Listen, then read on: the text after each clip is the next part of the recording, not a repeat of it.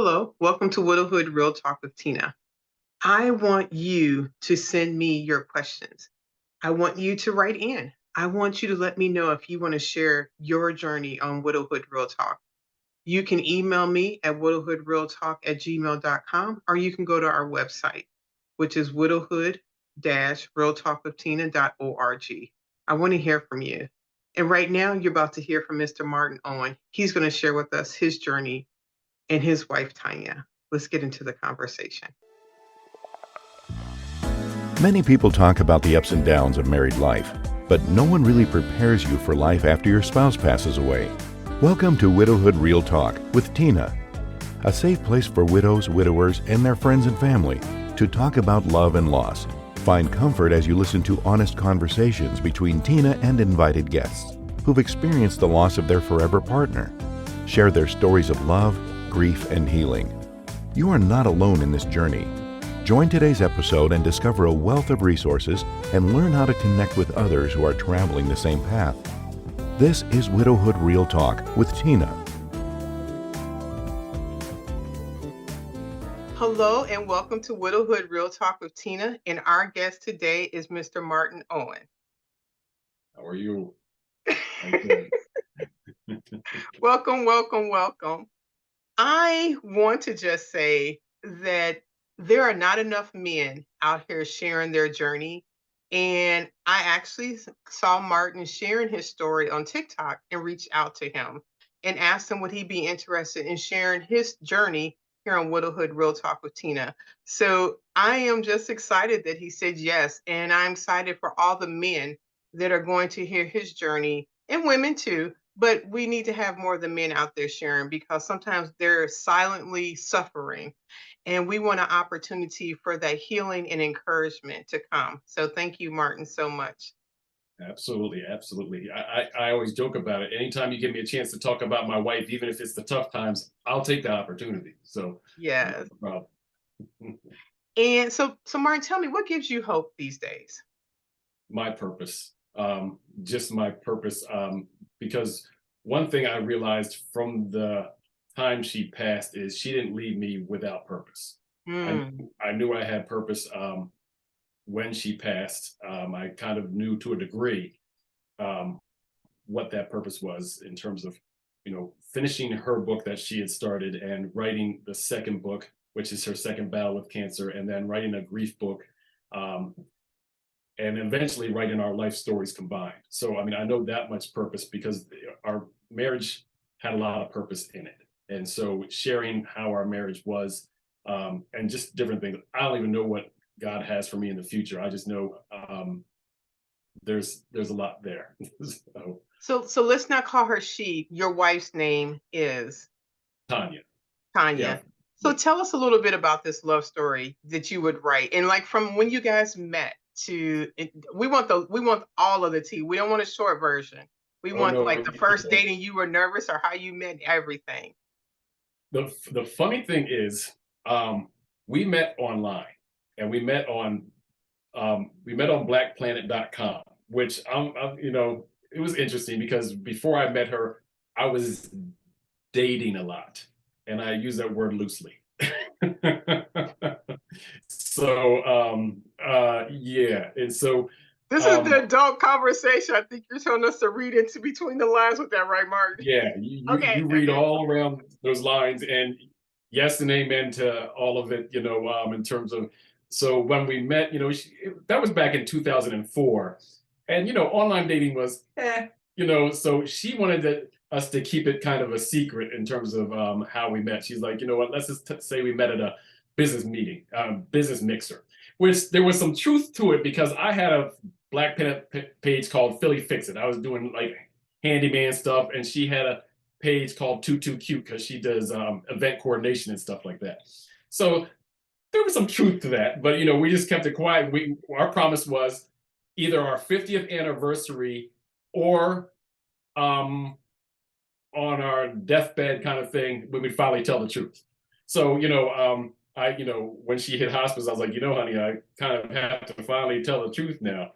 And she just kind of, smiled about it and everything. But, who would have ever thought from that what would come out of, us meeting like that. Because I'll be honest, it wasn't a love at first sight kind of thing. It was an interest at first sight. And, she was cute, and, she found me cute enough and everything. But, she was also smart, though. She didn't tell me her real name. First, we started with chatting online on Black Planet, and then we went to, oh gosh, what is it? Yahoo chats and everything before we finally shared phone numbers. And, once we got on the phone, we found ourselves unable to stop, talking. Like, we talked into the middle of the night and everything and that kind of thing.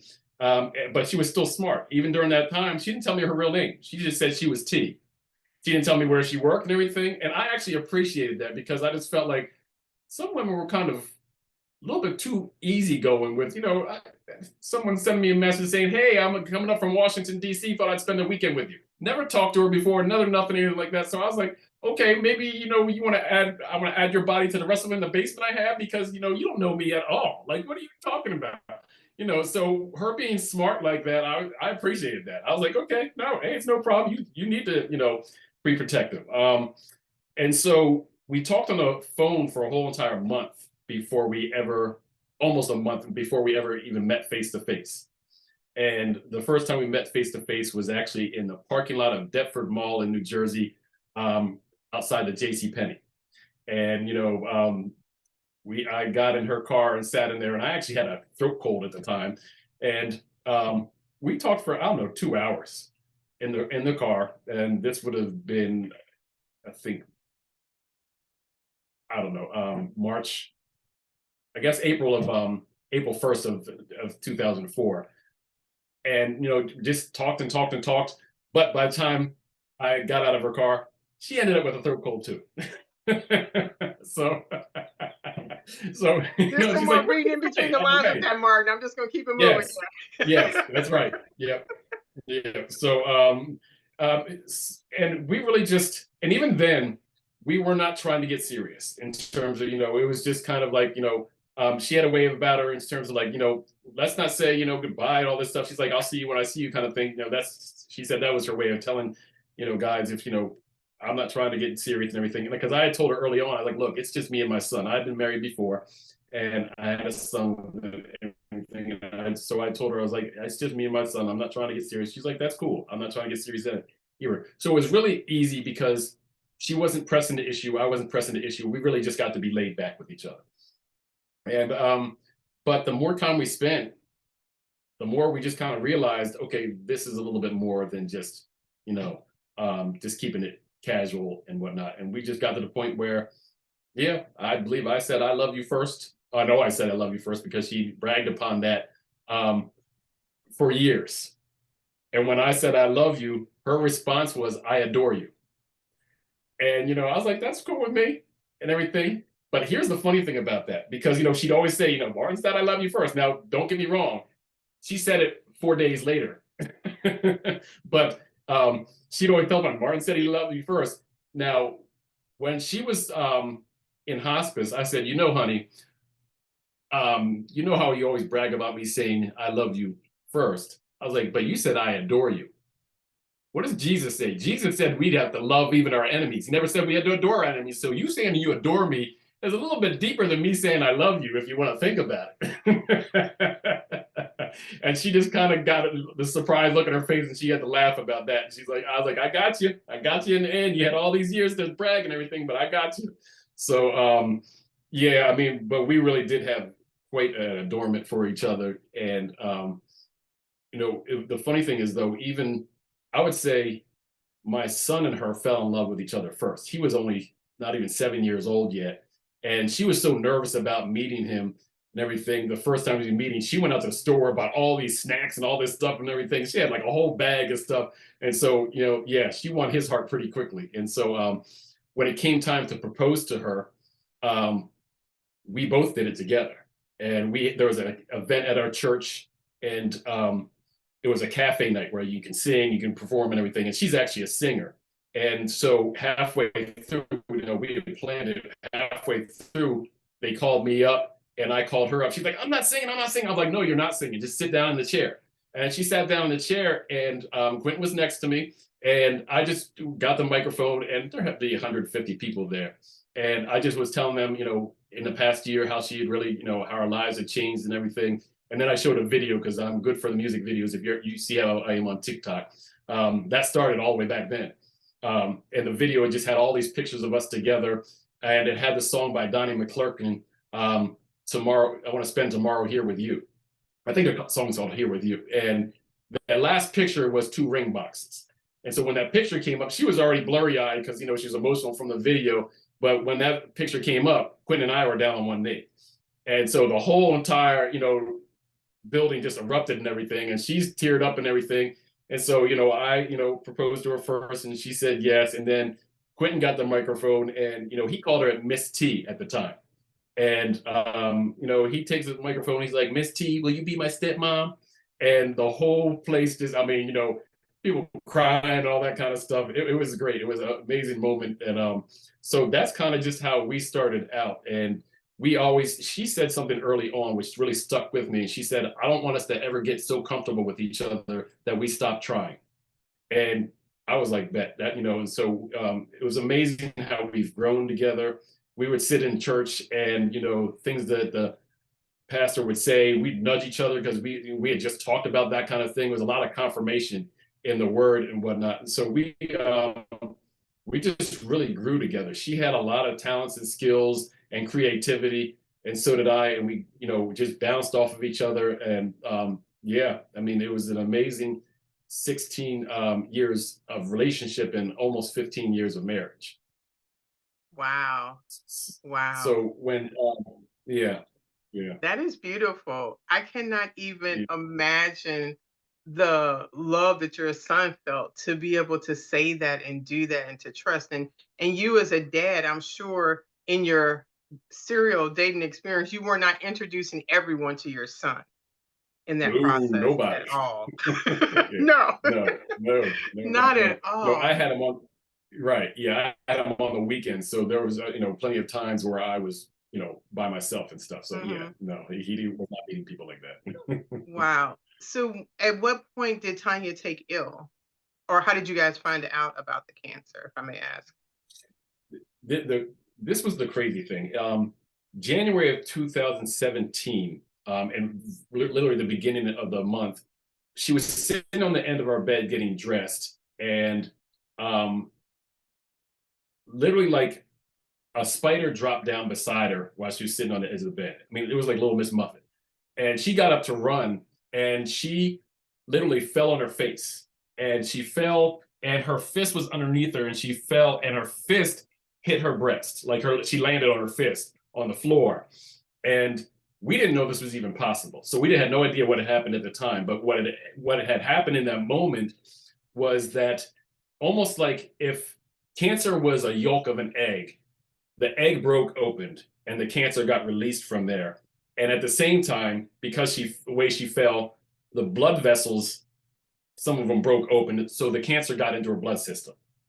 Now, this is the beginning of January, and we had no idea that happened. I mean, obviously, because never even heard of that happening. But, later on, talking to our oncologist, he was like, "Yeah, I've seen that with women who have car accidents and their breast hit the steering wheel, and that kind of thing happened."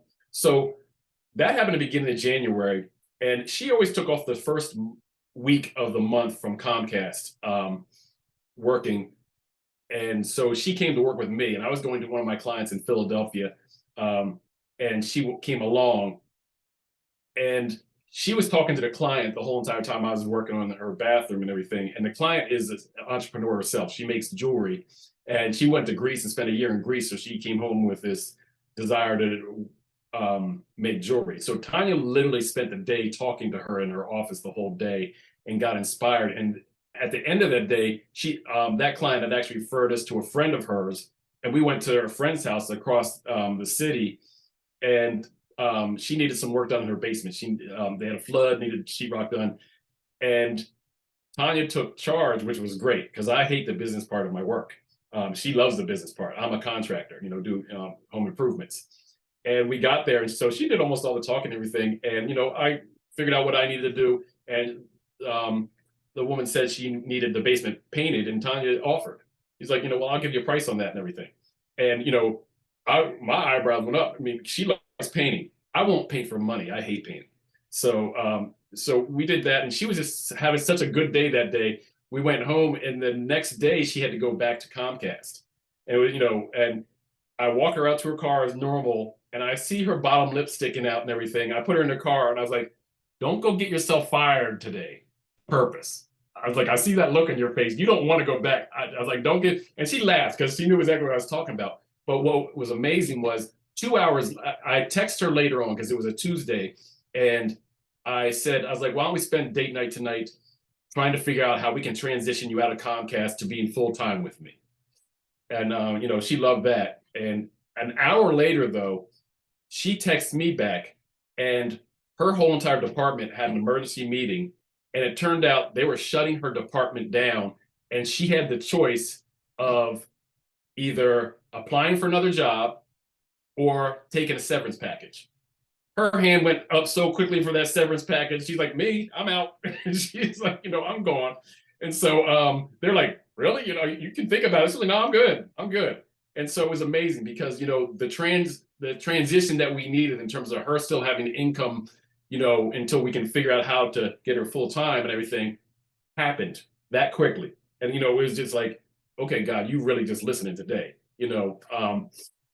and so, yeah, I mean, that happened. And, she still took the 2 weeks to think about it, even though she knew. In that time, she went to the cafeteria one day, and a complete stranger she never met before walked up to her and asked her if she was a minister. And she said, no, but I am a believer and everything. She's like, well, this is going to sound strange to you, but I just have a word from God, and he wants to let you know that you're making a big decision, and he's with you with the decision that you've made. And so she was like, oh, well, praise God. That's it. It's done story. So, yeah, I mean, so she left, and she started working with me, and it was amazing working with her. It was like being on vacation doing work. And in the first 6 weeks, her working with me, she brought in more sales than I did the whole year before. The first 6 weeks, she brought in more sales than I had in a whole entire year prior. Just because she's good like that. I mean, she went with me on a job where all I was doing was running a water line to a refrigerator, and she talked to the client while I was in there. I mean, that was an $85 job. And she's just talking to her. And just in her girl talk and everything, she started, asking her about the kitchen. You ever think about redoing it and everything? And the woman was like, well, yeah, talk about it. And she gave her a whole entire vision. We left there with a deposit to redo the whole entire kitchen by the time we were done that day. So, that's just how she was. I would have gone home with an $85 check, not for a check for, a deposit on the kitchen. How have you so been it was really business? Amazing how that was. How has that been doing business in Tanya's absence compared to going from what Martin did to Tanya? Where are you now in that process? I shut the business down. I shut it down. I made that decision. I don't know if I made it before she passed, but I made it quickly afterwards. I was like, I'm not doing this without her. She took it to a level I can't go back to what I was doing before that. I mean, even before she joined the business, she was always, giving her input and everything all along. Because Martin has a very bad habit of not charging enough, because Martin just loves what he does, and he doesn't want to overcharge and stuff like that. And so when she joined, I would do the estimates, and she would go in and adjust those estimates and add a couple more zeros or whatever she needed to add to them to make it right. And she was right. I mean, she was right to do so and everything. But no, and it's for a couple of reasons why I shut it down. The biggest one being I don't like the business side, and she did, and I don't have her to have my back like she did before, because she handled the ones that I don't handle well. I'm gonna leave it at that. She had a classy way of handling people, and she did it very well. And yeah, so and I felt like God took my passion for doing home improvement away from me. I was just checking myself. I'm like, is it just me and my emotions?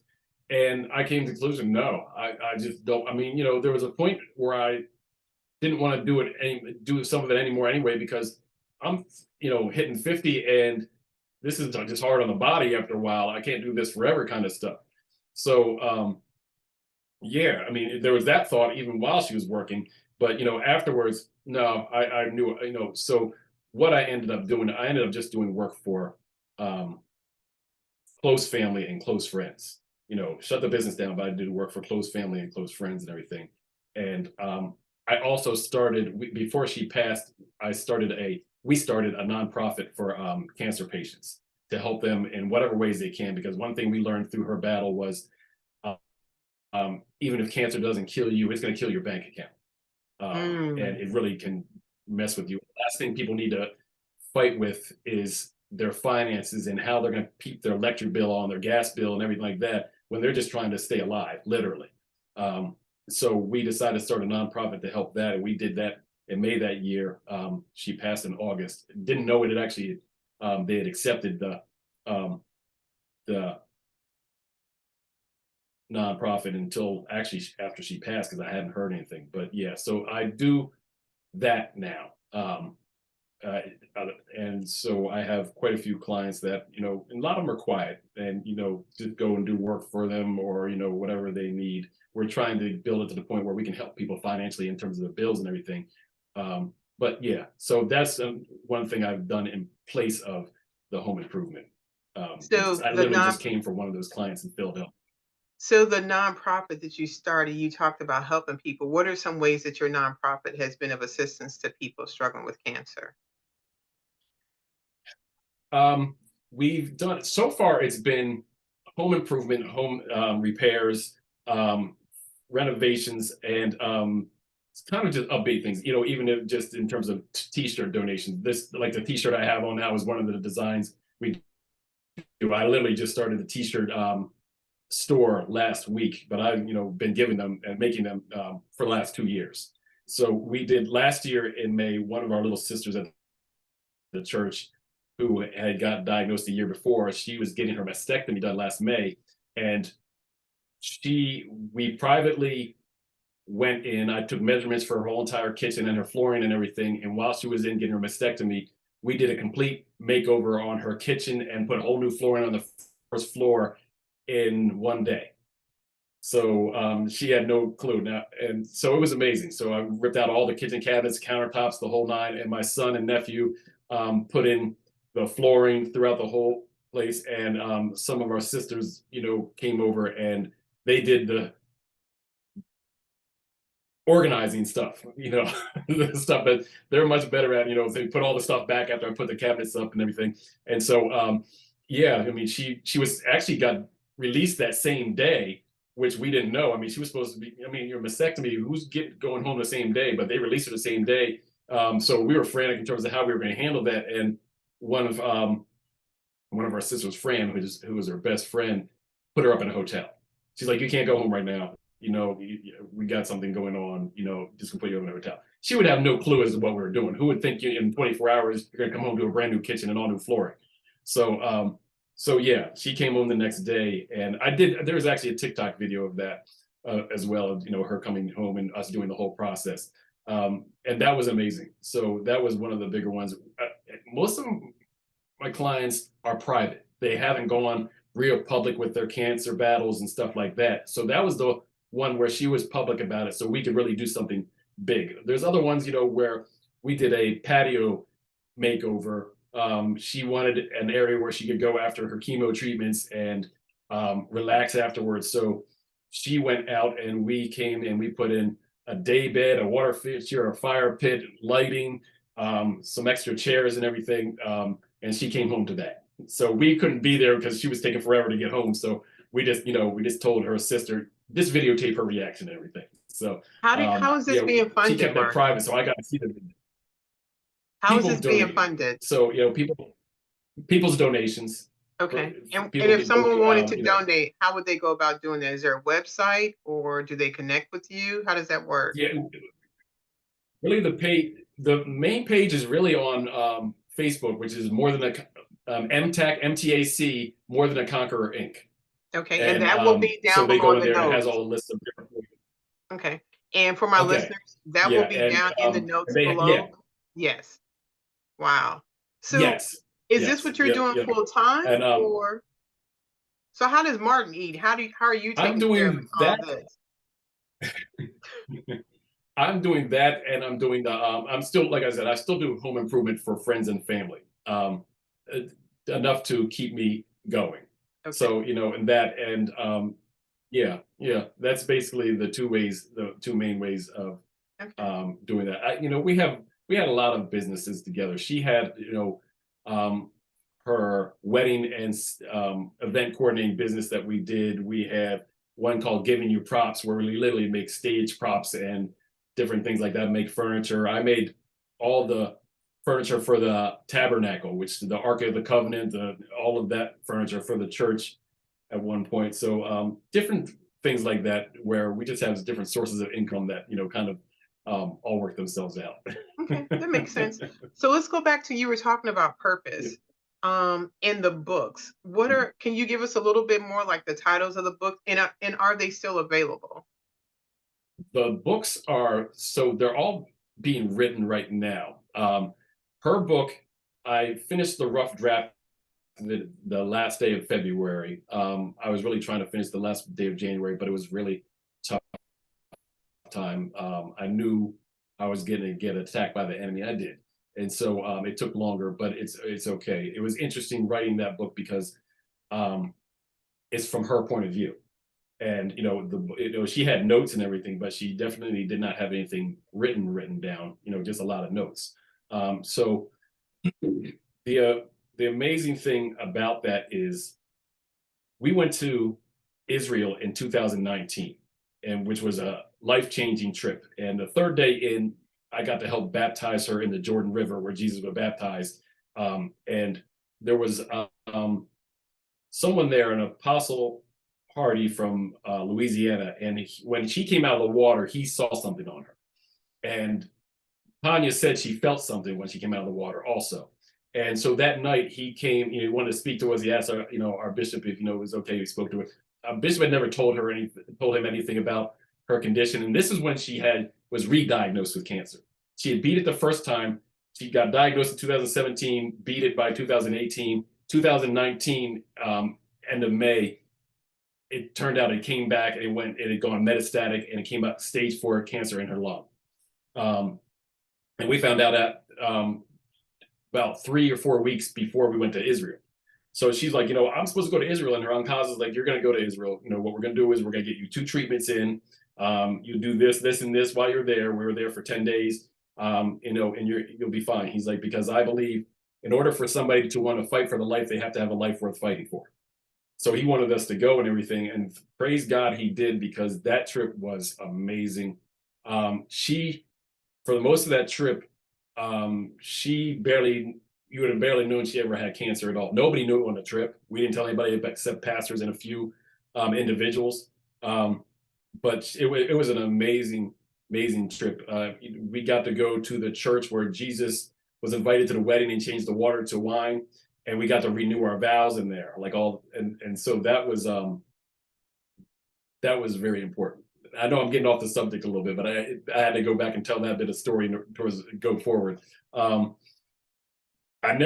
didn't know how important it was for us to renew our vows then, because the next year in 2020 was supposed to be our 15th anniversary, and she passed 2 months short of that. And, we were supposed to renew our vows then. So there's not much better place to renew your vows than in the place where Jesus changed the water into wine, So even though that was a short and sweet thing, it was still amazing. In terms of going back to the books,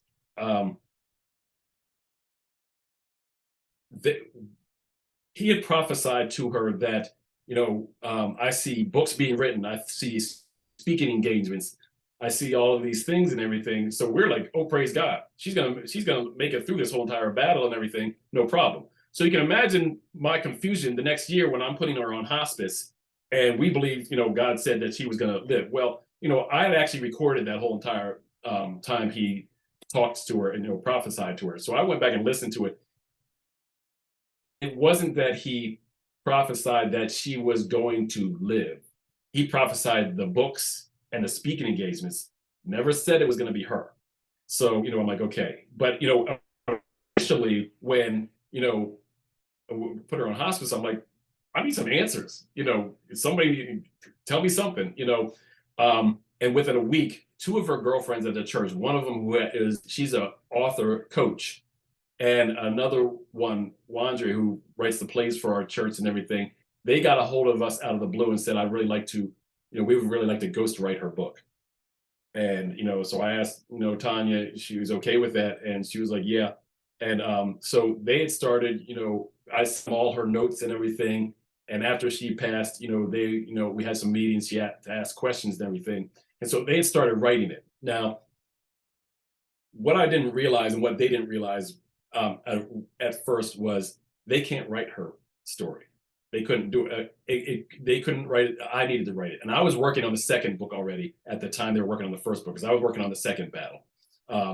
And that was the hard one, because that's the one where she passes.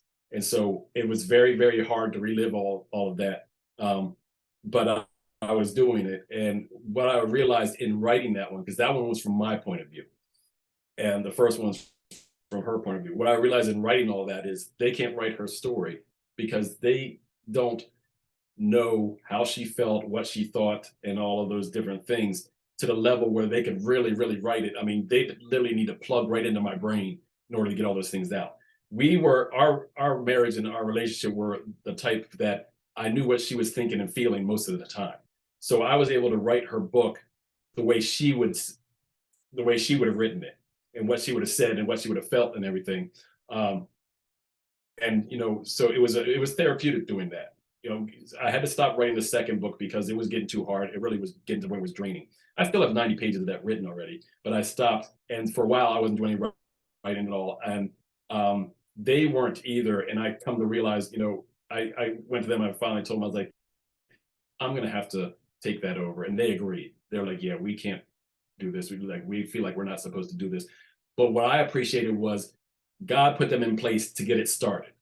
And at a time when it really I needed that.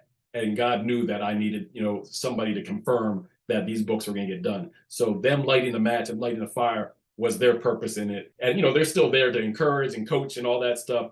But it has to be me, and it had to be me. So that book is just about done. I mean, it probably, I have some more stories to add to it, but it's going to be, it really is going to be, it's not your typical book. It's not your cancer book. It's a love story with cancer, not a cancer story with love.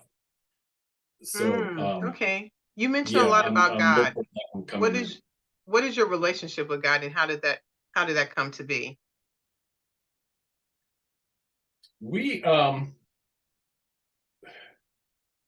I grew up in church. My dad is a reverend and everything. He wasn't a pastor, but he was a reverend. And so he worked for American Baptist churches. And so I never knew what he did. He traveled all over the place and went to different churches, and, sometimes brought us along with us. So I've been to church from here to California to Puerto Rico and everywhere and everything. But I did have that one quality that they say about preachers' kids and whatnot, in terms of us being defiant. Oh yeah, that was me.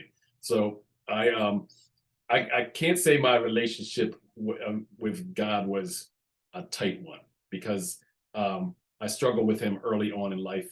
I was adopted. Both of my brother and sister were too, but I struggled with identity early on. And so in struggling with my identity, I was angry at God a lot. And so I won't say that I really, really came to understand and know God until I started going to the same church that Tanya was going to begin with. She was going to Victory in Christ Christian Center. I was going to a different church, and the church I was going to served its purpose in getting me to go back to church, but it was not the church I was meant to be in. And so when she was going there, I started going to church with her, and we really grew together, and in amazing ways. And when that was happening, when I started going there, I was in the middle of the divorce. I had filed for divorce from my ex-wife in 2000, and it was 2004, and it wasn't going through. And I was trying. It wasn't because I was fighting everything. I gave her just about everything and all that, and it still wouldn't go through. And I couldn't figure out what was going on. And I come to understand what was going on when I got to Victory, because he was pastor at the time, was teaching on husbands and fatherhood and, being wives and all that and the purpose of all of them.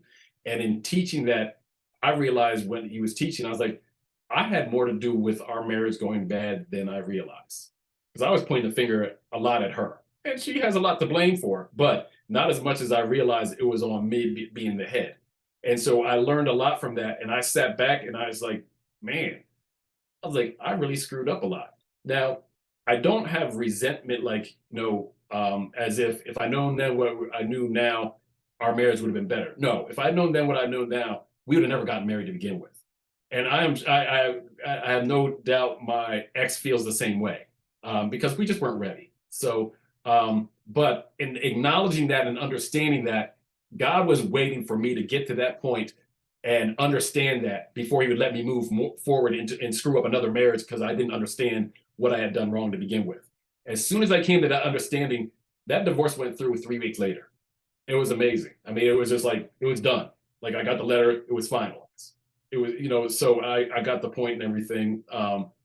And so through the years, we never had an easy time in our marriage in terms of finances and stuff like that. I mean, we started off, I was working for home improvement, doing kitchen refacing, but 5 months after we're married, they laid me off. And so I decided to open my own home improvement business at that point, and not know anything about business really. It was a financial struggle.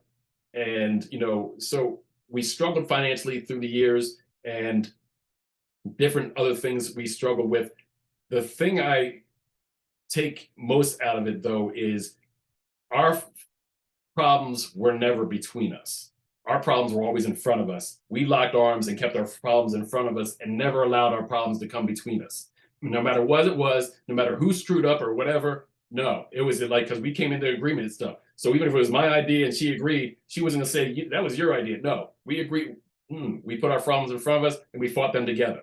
Never let problems come between us and everything. So I had my battles with God throughout, because there was a time where I went through a really strenuous custody battle later on, and it was rough. And so I'm like, God, you're allowing this and everything. But at the end of it, when I got through it, I realized he brought us through it. And, even though it was ridiculous and a lot of things went on, he had brought us through it. And that grew my faith through that struggle.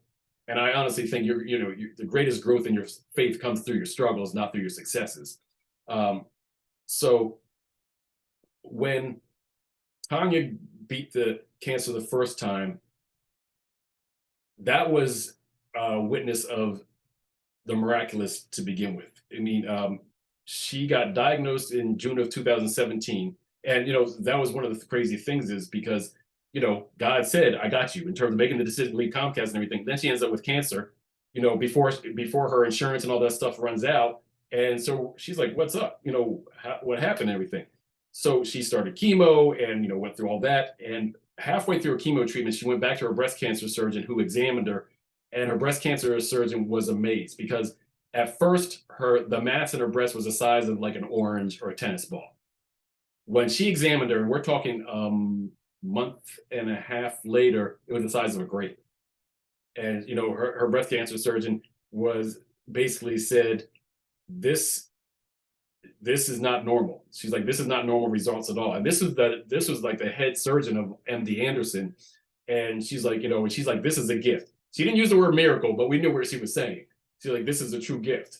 And Tanya was too busy being upset at the time, because she had just said that she was still going to have to get surgery. And Tanya wasn't caring. It wasn't about the surgery or anything. She was just thinking, I want to get back to my life. I want to get back to running these businesses and all that stuff. This is interfering with that. When are we going to be done with this? When we can move on? And so Tanya's being upset, and I'm looking at the surgeon's face as she's like, her eyes are wide open, like she can't believe this is going on. She's like, this is not normal. And later on, she would say that the only reason she beat the cancer the first time was her faith and her will to live. She should have never beat it the first time. So, that said a lot. It really grew both of our faiths even more so then. The second book is called The King and the Butterfly. The first book is called The Spider and the Butterfly. Tanya's, obviously the spider is is because the spider, and she's the butterfly. That's what she loves so much. The second book is called The King and the Butterfly because it's my witnessing of her relationship with God throughout the whole entire thing, which was amazing. It was really amazing just to, in terms of witnessing her love for God and her relationship with God. And yeah, so she ended up getting brain surgery because in 2020, January 31st, 2020, I had to take her to the ER because it turned out, even though she was beating the cancer in her lung, she beat that down like she was beating down the cancer, her original cancer. But in January, she started getting headaches, and I had to take her to the ER and found out that it's traveled to her brain. And we couldn't figure that out. Like, why is it traveling to her brain if she's beating it in her lung? And, one of her girlfriends, who was an amazing OBGYN cancer surgeon herself, explained to us there's this thing called the blood-brain barrier. And what it allows is it won't allow chemicals to go through, like toxins, whatnot. It stops toxins from going through your brain, but anything in the bloodstream, like cancer, can still get through. So even though she was beating back the cancer in her lung, the cancer still was able to, travel into her brain. So she had a mass there. She got brain surgery done February 3rd of 2020, which was the day after the Super Bowl. I was watching in her room with her, and she was really never quite the same after that. I mean, she was still there in a lot of ways, but it wasn't quite the same. But it removed a lot of her filter, and I can only help that her filter. Oh, she was a trip. But I mean, the thing about it was is though, I wish if I ever got my filter removed, you better lock me in a room with only very close friends to me. She said some stuff that was just off the hook, but she said a lot. She prophesied and stuff. I mean, her relationship with God went to a whole nother level then, and she was just saying some things that were just like, wow. And so that's really where, by the time she passed, people asked if I was angry at God, and I was not angry at God. I loved God, and I trusted God more than I ever had before at that point. Just because, I realized, people are like, oh, you took her away and everything. I never deserved her. I never deserved her to begin with. Based on my history, failed marriage the first time, and how I was living up to the point where I met her, I didn't deserve her. That's not a resume for deserving to have a wife like that. So no, I just had to praise God for giving me the time with her. So it's funny because during her first battle, we met a woman who was stage 4 cancer, and she was ready to die. The church called us. I'm one of the deacons, and they called the deacons and asked if anybody could go out and pray with the woman and everything. And it was the day before Tanya's birthday in October, and she said she wanted to go. Tanya has an amazing presence in the hospital in terms of being with patients, stuff like that, and the way she goes in the room and she changes the atmosphere, and she does that everywhere she goes. But in the hospital, she's amazing, and she wanted to go this time. And I told Elder that I'd be going with her and everything. And we got there, we were outside the room, and the doctors were in there, and everything. And Tanya could feel the presence in the room. It was one of despair and hopelessness and everything. And so when the doctors left, I can only describe it as she went and kicked the doors in that room, and she changed the whole entire atmosphere. She went in with her, hi, I'm Tanya, and it explained everything. And I just sat back. I was like, you do your thing. And she did. I mean, she just went in there, explained, I'm beating breast cancer right now, blah, blah, blah, blah. And I don't know how long we were there. All I know is when she had us in a prayer together it was Tanya, myself, the patient, and her niece were in there. And it was her niece that called us. And had us in prayer and everything. And by the time she was done, she gave this woman so much hope that she wanted to fight still. We left that room, and her niece came out after us and stopped Tanya and told her, she's like, I just want to thank you. She's like, we were literally just talking about, she was ready to die by that weekend. And what we were doing right before you came in is she was telling me who to give this to and who to give that to, and what stuff to give away, because she was planning on being gone by Saturday. And, so, of course, Tanya got emotional about that.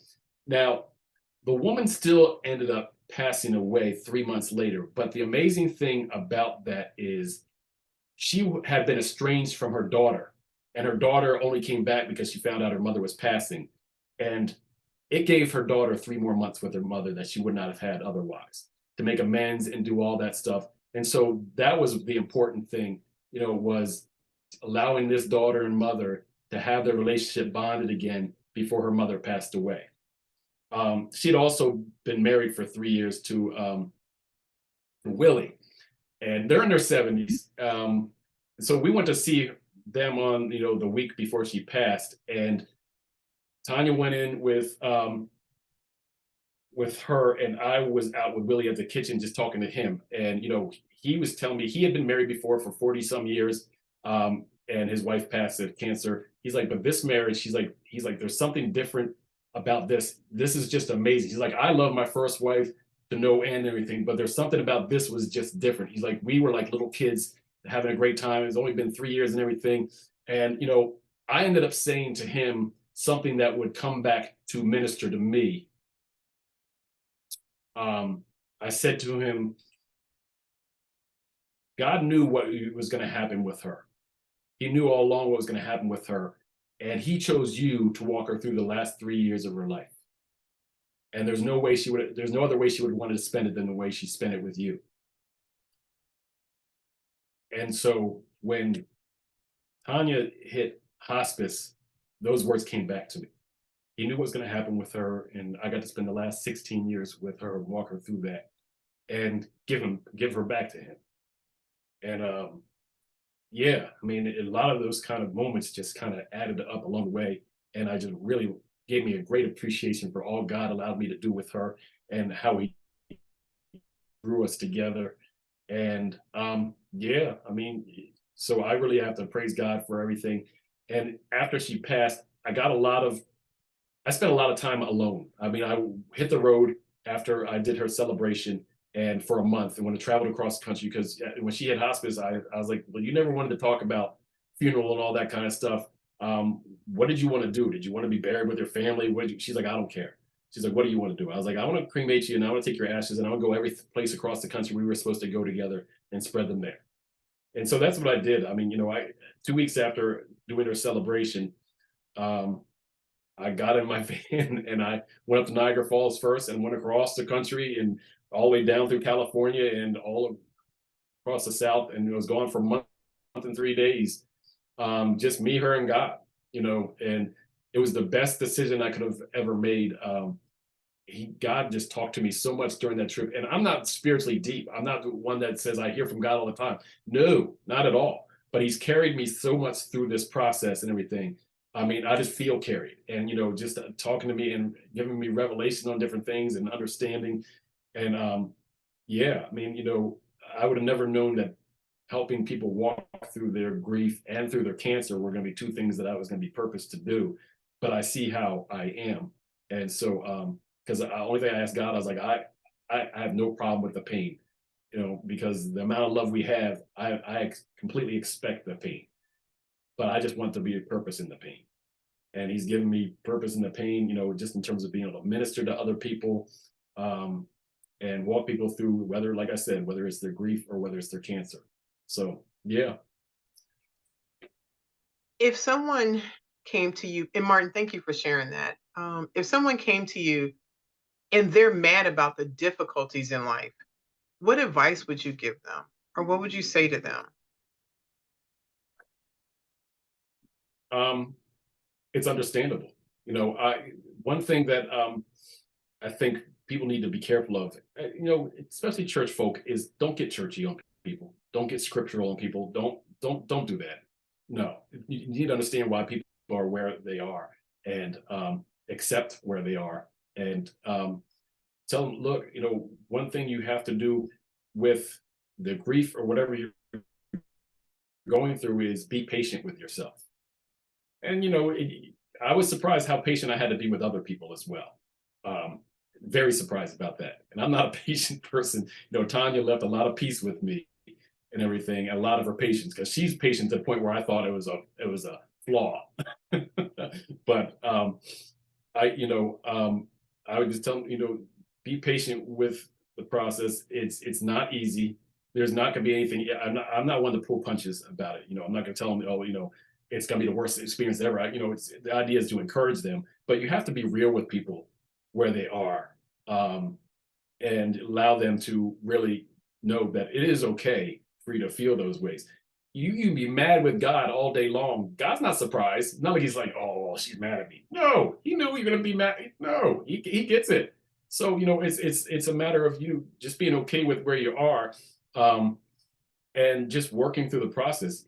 Especially when you're going through a loss, part of you is gone, and you are not going to get that part back until you go to be with God to begin with, and you're back with them again. So until you have to walk the rest of this life out, everything, you really need to go ahead, be patient with yourself, and just take each day at a time. I don't know how I got through all of this. I really don't. I mean, from the 3 weeks from the time she passed to the time we did her celebration, and I planned the whole entire thing. I don't know what I did to plan it. I can't remember any of that. I just know I did, but that was God's grace on me to get me through it. And if they don't have a relationship with God, it's going to be much tougher. It really is, because when something's broken, you take it back to the manufacturer that created it to begin with. It's no different with yourself. God created my heart. My heart's broken. He's the only one who's going to be able to help me, fix it or work with it now. And He understands the fact that part of my heart is now in heaven, and so even though my heart is still beating, it's never going to beat the same way it did before. And it's just understanding that, yeah, you're never going to be the same person you were again, but you are going to be okay. And I don't say you're going to be great. I feel like my happiest days are behind me, but it doesn't mean I don't have happy days ahead. So it's an understanding of that and just being okay with that. But really, it's just a matter of listening to people, and there's no answer for everybody. You really have to listen to people to understand where they're at and where they're feeling, and they're going to ask questions that you're not going to have the answers to, and it's okay. I think the biggest struggle is people feeling like they have to have the answers when they don't.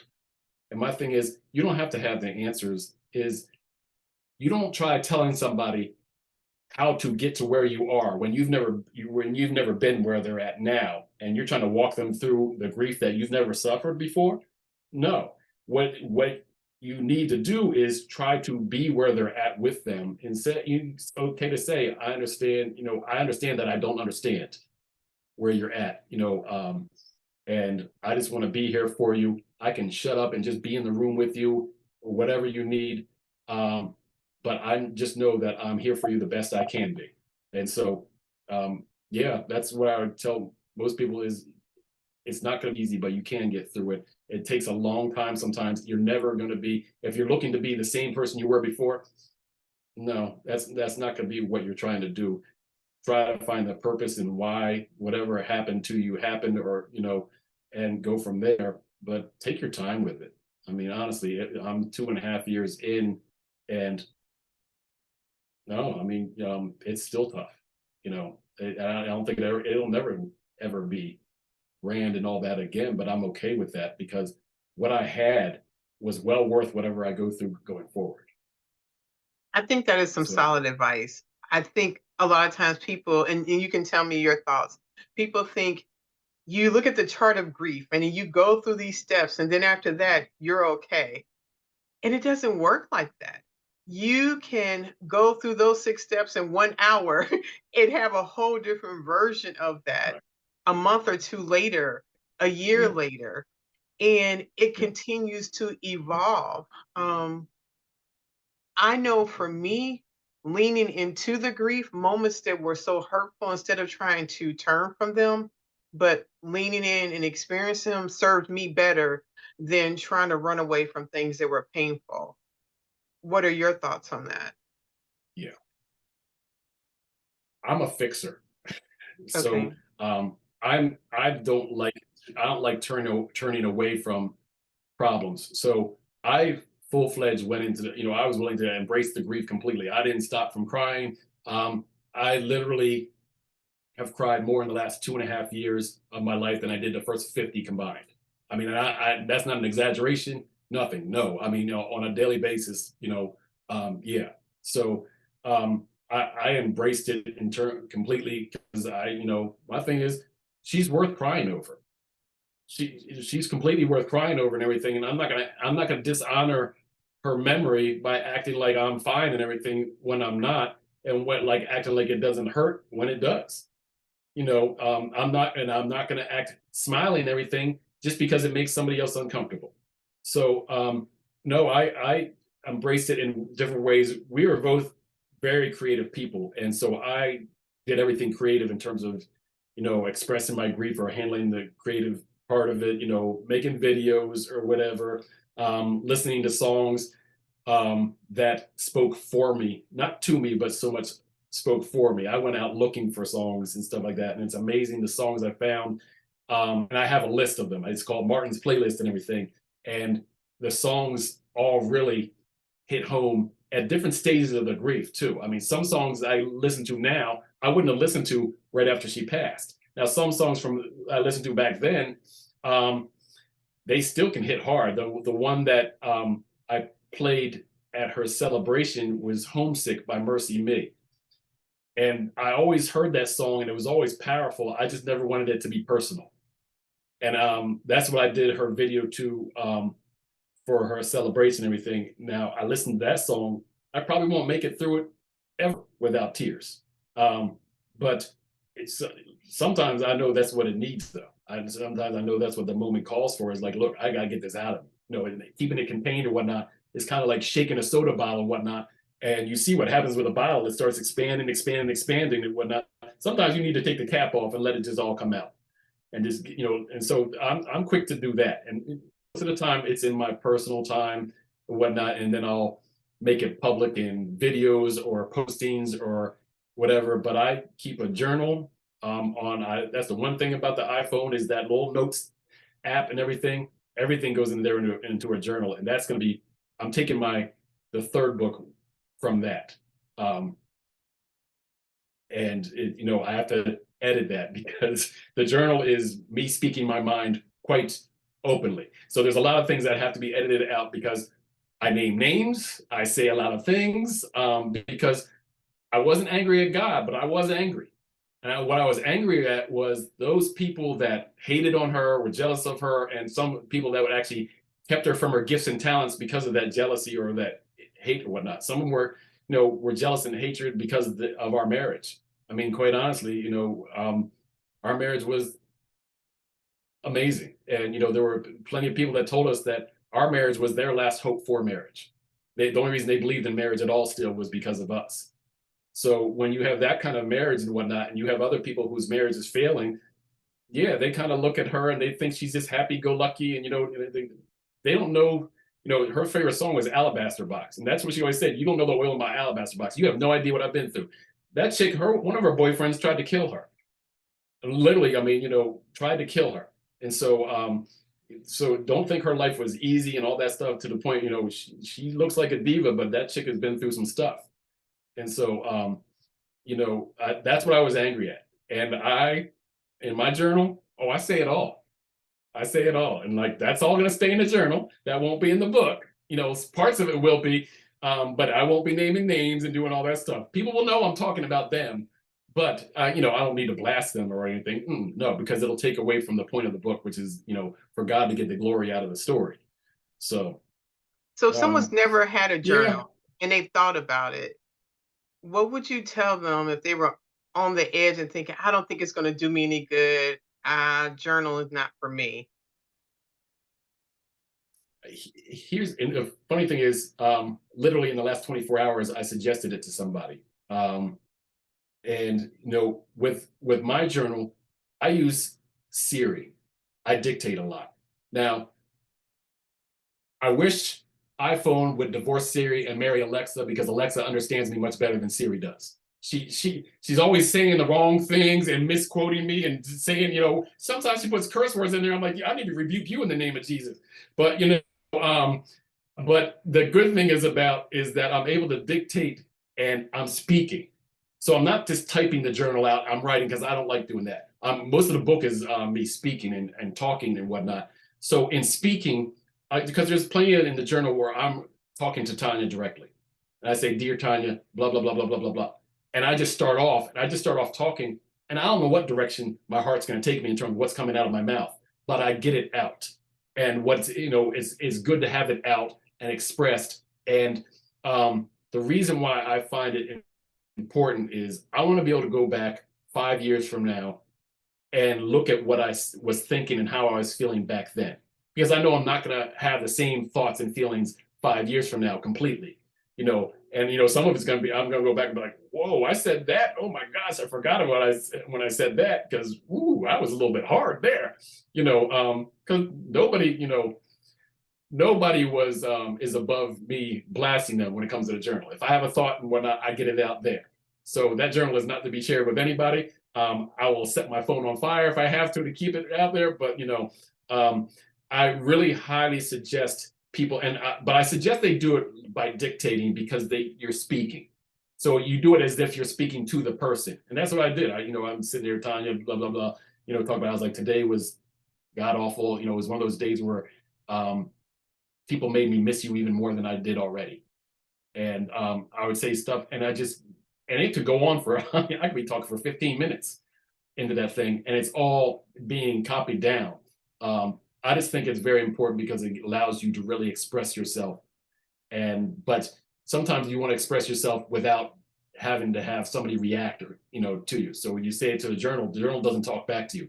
If it does, you need to throw your phone out. But yeah, I think it's very important that you get it out there in whatever way you need to, especially when you want to talk to that person that's no longer there.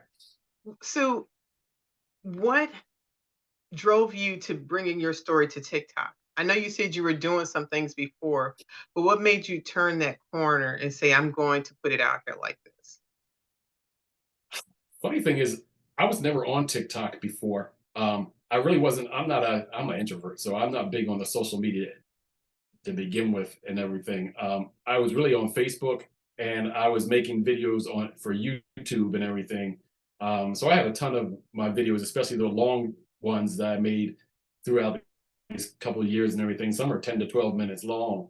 And I think I was on Instagram and whatnot. I saw different people's videos and everything. And then I started, getting somebody share something with me and it'd get me to TikTok. And finally I went on TikTok and I realized, I like TikTok better than Facebook and everything else, especially when you're going through this grief and everything. And you don't necessarily want to deal with the people that you know all the time. I love you people. I love you all. I love you. I do. I love you. But I don't always want to be social with you. And you know this already. So, you go on TikTok. And it's funny because you almost want to have two different worlds. I'm not trying to invite my Facebook people or my regular people onto TikTok with me. And so, go on TikTok and people's videos just make me laugh. I mean, people are just funny. They come up with the funniest things. And it just allows you to get away from the thoughts all the time. And, it's just, other people's stories and everything. I love people's love stories. And, some people think, I don't want to see that. No, what I don't want to see is I don't want to see the fighting. I don't want to see the taking your loved one for granted, your spouse for granted. That's what ticks me off. And I like TikTok, going on there and seeing the positive things, the funny things, and all those things. And so I just started sharing some of mine. And my videos are not TikTok videos, really, for the most part. They're just my videos. And they're for me. If anybody gets ministered to out of them, it's cool and everything. But I don't make videos for TikTok. I just make videos, and for me, expressing how I'm feeling or whatever. And I just put them on there. So it was tough when I realized I was like 3 minutes. That's not long enough for me to express what I'm thinking most of the time.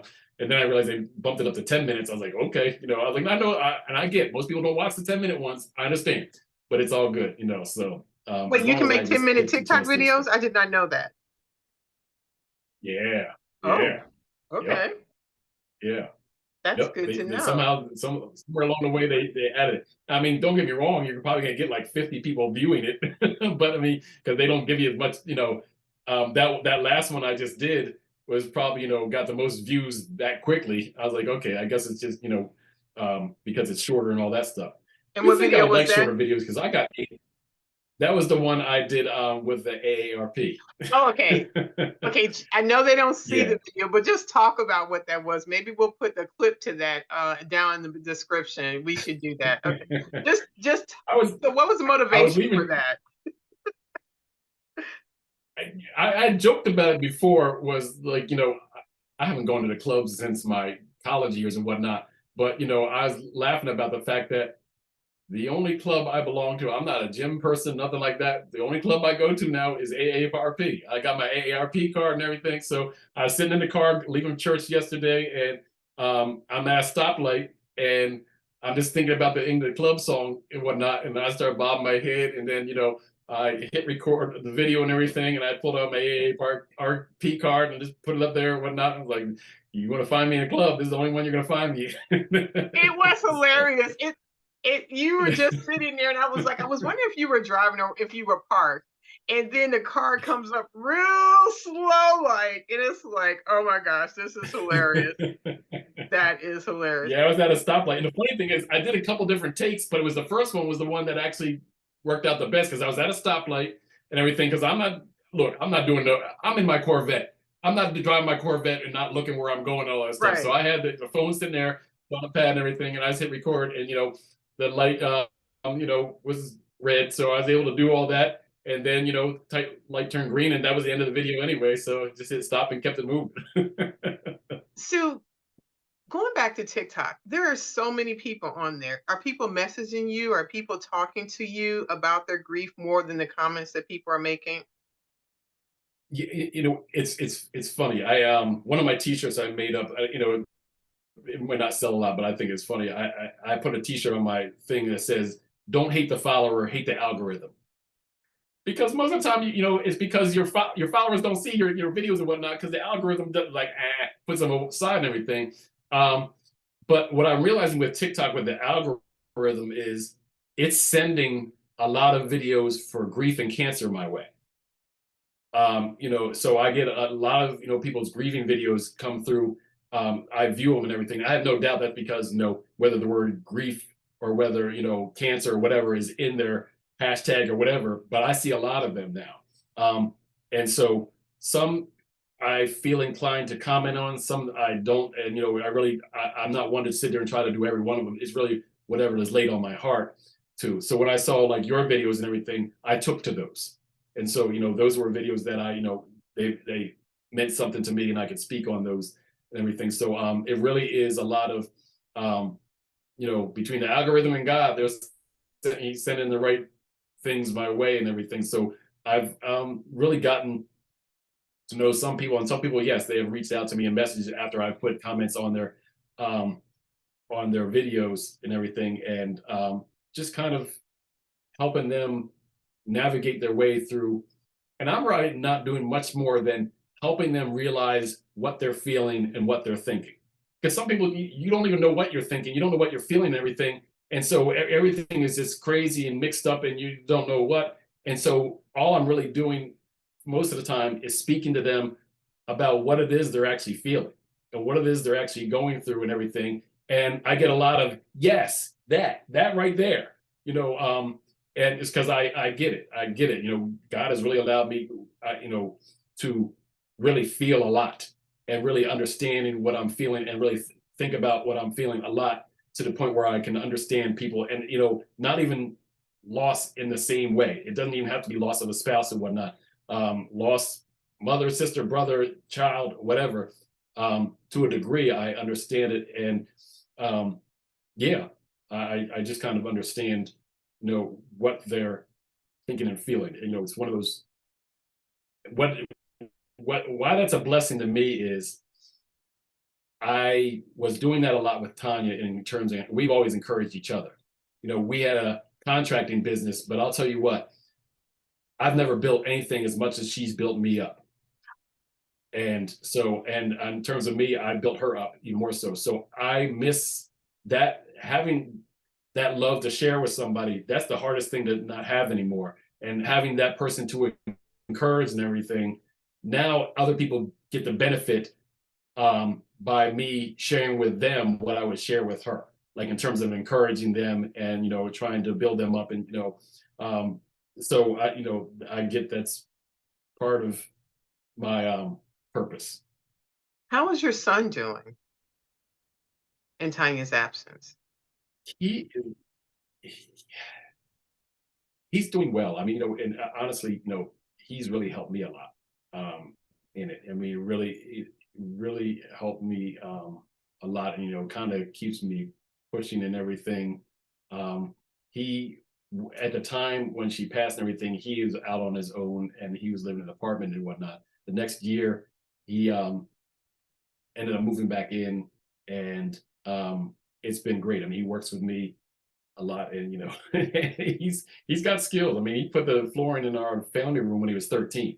So and now our basement went unfinished for the first 11 years we had this house and everything. The Christmas before this last one, he started working on the basement and everything, putting flooring down, and he got a hustle going where he would sell some things and then buy flooring to keep putting down.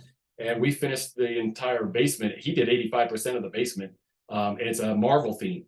So it's you walk down the stairs. Yeah, I mean, I made a TikTok video about that too. And so it turned into an amazing kind of. It has theater seating, and then he has a game area, and you have the whole Marvel timeline, and there's even a firing range in the back of it. Yeah. Yeah. I scrolled through your TikTok. I don't think I saw that one, and I want to see the one about the lady coming home. What are your plans for this year? What do you see yourself doing the remainder of 2023? And can you even see the 2024?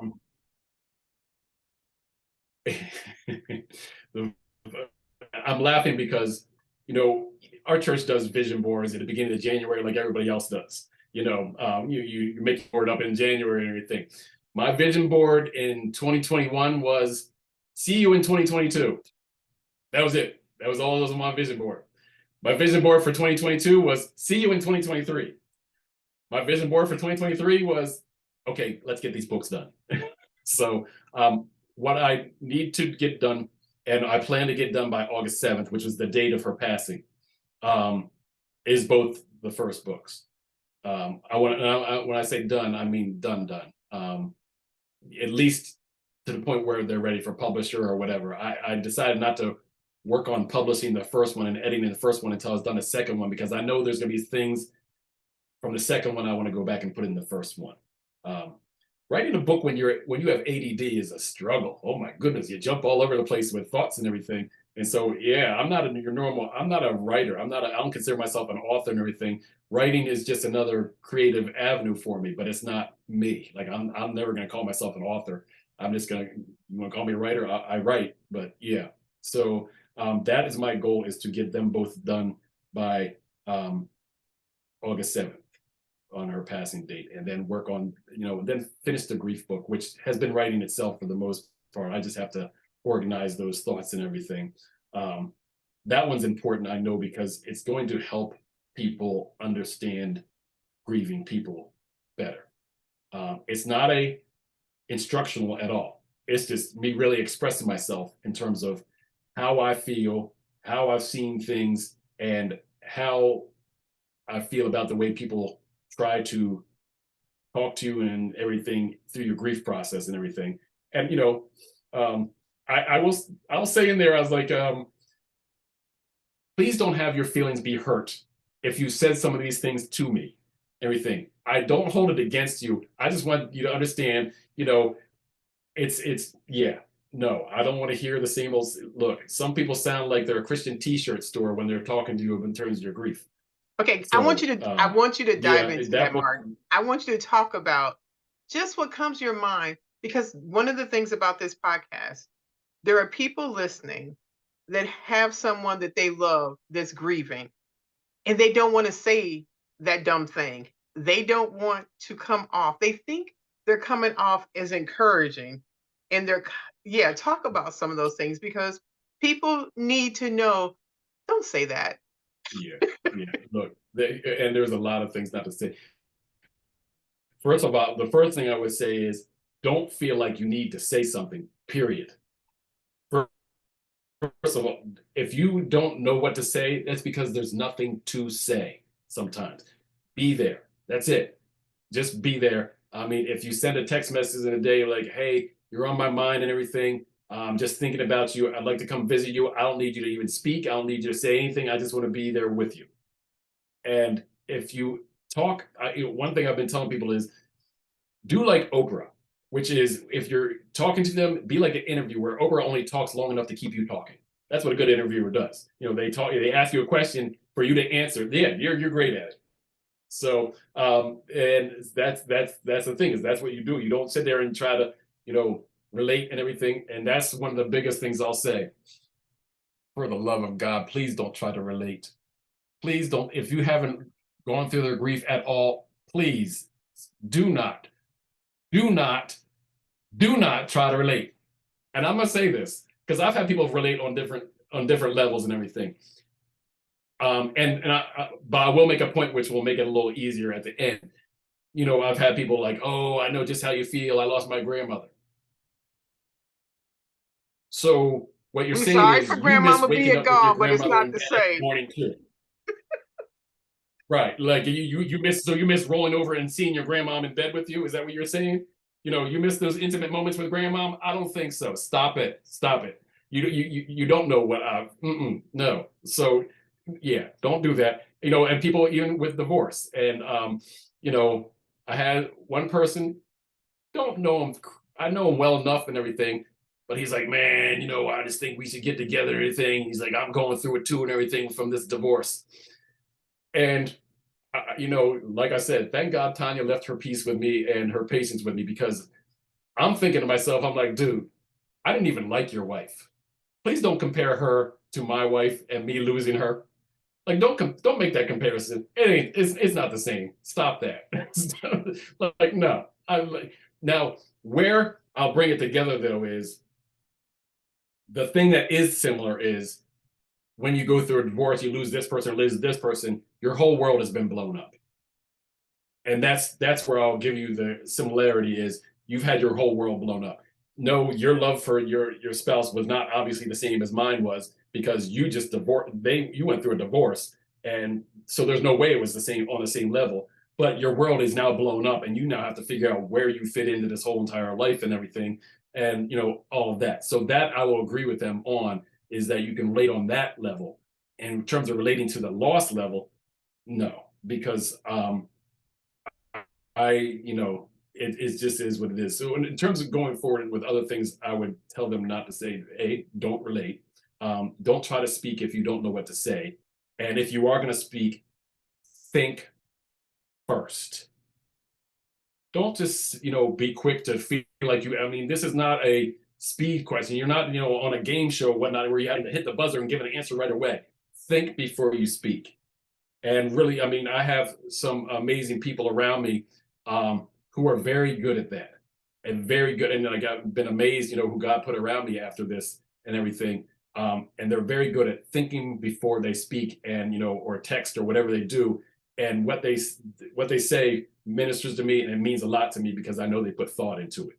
And so before you say anything, think about it first. Would I want somebody to say this to me, or am I just saying something to make myself feel better because I said something to you to try to make you feel better? And now I feel better, and now I can pat myself on the shoulder because, okay, well, I said my due. Because I've had people do the check-in thing. Hey, checking on you to see how you're doing and everything. And I left my phone on Do Not Disturb. I didn't call a lot of people back. I didn't even check messages. I probably didn't even know a lot of people called because I didn't even look at my phone like that. I just delete everything.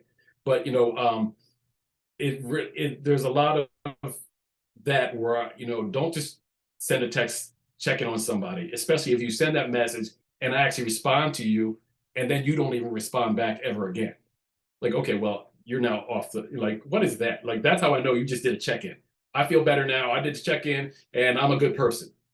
I did my job, Lord, give me my treasure in heaven when I get there. No, don't do that. No, so don't tell them what to do, because I don't know what it is about people that think when you're grieving and when you go through a loss that all of a sudden I don't know how to think straight and you need to tell me everything I should be doing. And I'm just like, no, and there's certain people, and I love them. I mean, they mean well, but that's another one right there. Is don't tell them what to do, and just to try to be there in whatever way you can. And um, I've vented to certain people about the frustrations of dealing with people who say dumb things and say insensitive things and stuff like that, and their response was just as bad as the things that people say, because their response was they mean well. Like, well, if I had a nickel or a penny for every time somebody meant well, I could retire right now. That's for sure. So I don't want to hear that either. I don't want to hear that they mean well. I mean, oh, they have good intentions. And the one with the good intentions, I understand that, because what do they say the road to hell is paved with? Good intentions. So, I certainly feel like I'm on that road to hell. You feel like you're going through hell when you're going through this grief period and everything. So, okay, the good intentions, I get that, because I'm in hell, and that's what you're paving my road with, is your good intentions. But yeah, it's I'm trying to think of other things. There's a lot. I mean, we could talk forever in terms of things not to say, but I would really say to be sensitive and think through what it is you want to say or do first, and just try to understand what they can possibly be going through before you open your mouth. And it's okay to say I understand. Understanding this, though, the triggers of grief and whatnot. When you first lose a loved one, I consider the trigger, when you're first going through the grief, the trigger is attached to a bomb as opposed to a gun. And a bomb with a sensitive switch on it.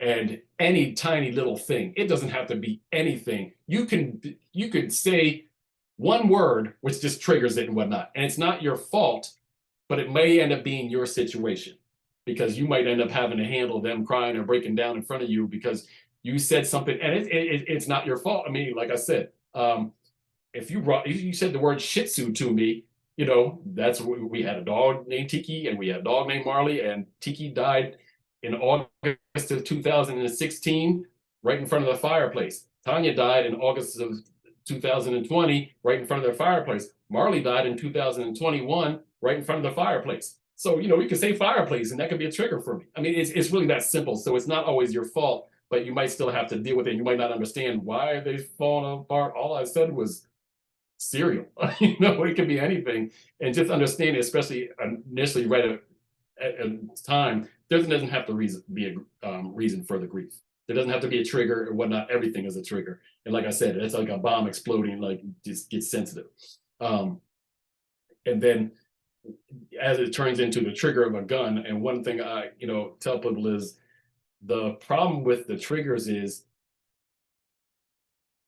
the gun is always pointed at your already broken heart when you hit that trigger. So, it's one of those things where it's like, yeah, I was already feeling bad enough, and the triggers, it doesn't take anything. I mean, in that first year, I was walking down the steps one time. I hit the third step, and for some reason, I had to stop and bawl right there on the step. And it's just out of nowhere, it just hit me. Like, grief doesn't care. Like, it sucker punches you everywhere, and there's no way of ducking and diving, bobbing and weaving. You can't get around it. It's gonna hit you. And look, nope. You feel and you look like Rocky at the end of Rocky 1 and Rocky 2. Before his face is all beat up and everything.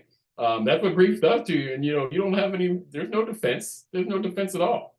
So yeah, it's you really just have to understand that you're going to go through it. They're going to go through it, and you just be there. I mean, that's the best I can say, is like, shut up and be there. Those are some really good points. I love when you said it's not your fault. I think a lot of times people are skittish about being around someone that's in the deep throes of grief, because they're trying to figure out, what do I say or not say that's not going to make them upset or make them emotional. And if you can get to the point that anything you say could or could not make them emotional. Yeah. But the second part to that is, but you want to just be there. Yeah. And if you're just there, silent, we could just be watching our favorite TV program. We're not talking about anything. You're just being next to me and being close. And you don't be afraid about talk to me like I'm normal. Talk to Mhm. me like I'm a regular person. And you may say hello, and it may make me cry because it's going to make me cry because I'm a lot.